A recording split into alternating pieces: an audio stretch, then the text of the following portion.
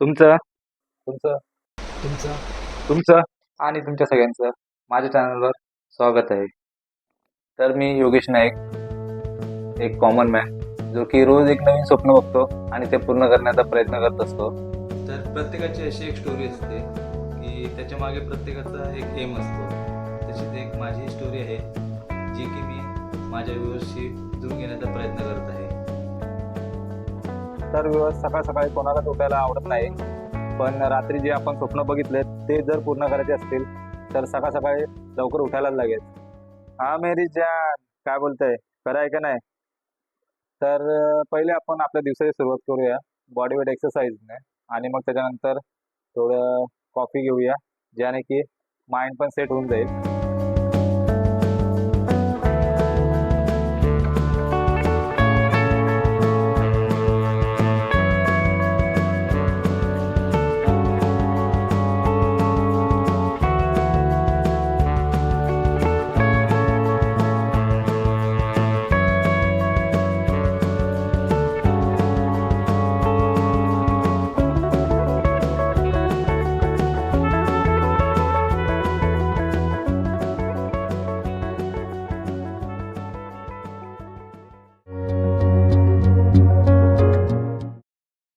तर चला सुरुवात करूया आपल्या गोष्टीची. सर्व आवरून वाजले 8:30 आणि आता वेळ झालेली आहे.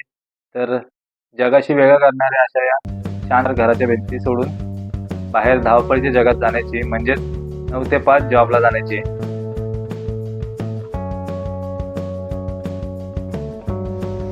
तर व्ह्यूअर्स, आता आपण 20 किलोमीटरचा सुंदर असा प्रवास करत आणि सुंदर असे ब्रिज आणि नवी मुंबईचे सुंदर हायवे बघत आपण पोहोचलेलो आहोत.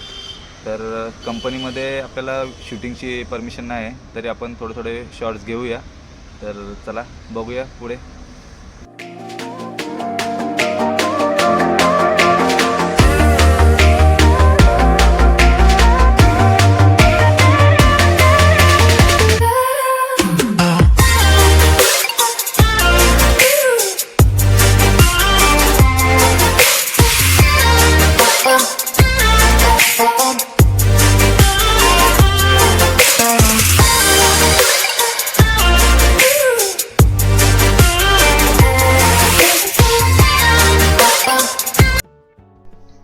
तर जसं क्रिकेट हा अनिश्चिततेचा खेळ असं बोलतात, तसंच माझा डेली रुटीनसुद्धा आहे की ज्याचं कधी काय येईल आणि कुठे जायला लागेल काही सांगता येत नाही. तर तसंच एक आपल्याला कंट्रोलचा SS कॉल आला आणि आपण आपली टूल किट भरली आणि कंपनीने गाडी करून दिली, तर आपण निघालो.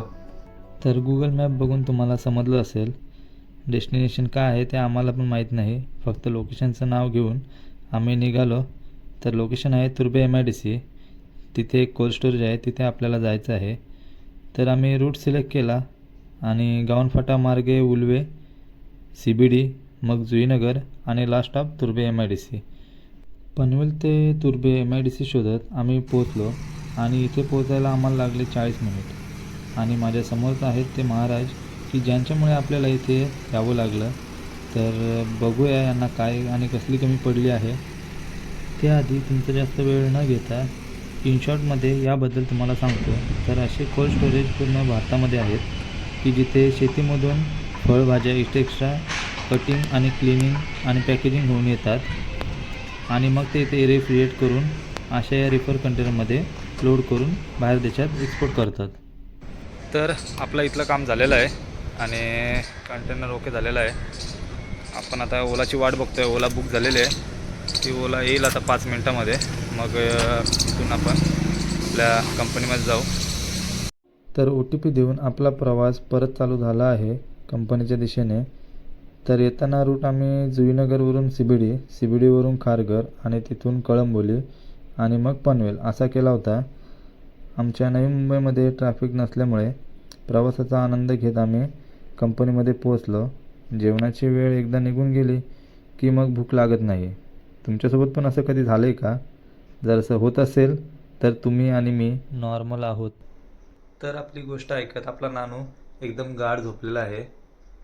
तर आजसाठी एवढीच गोष्ट राहू द्या. तर ते म्हणतात ना, मंजिल चाहे जैसी भी हो, उस असली मजा उसके सफर में ही आता है. तर हेच वाक्य मनावर घेऊन आयुष्याच्या प्रत्येक क्षणाचा आनंद घ्या पुढचा विचार करत आताची वेळ वाया घालवू नका.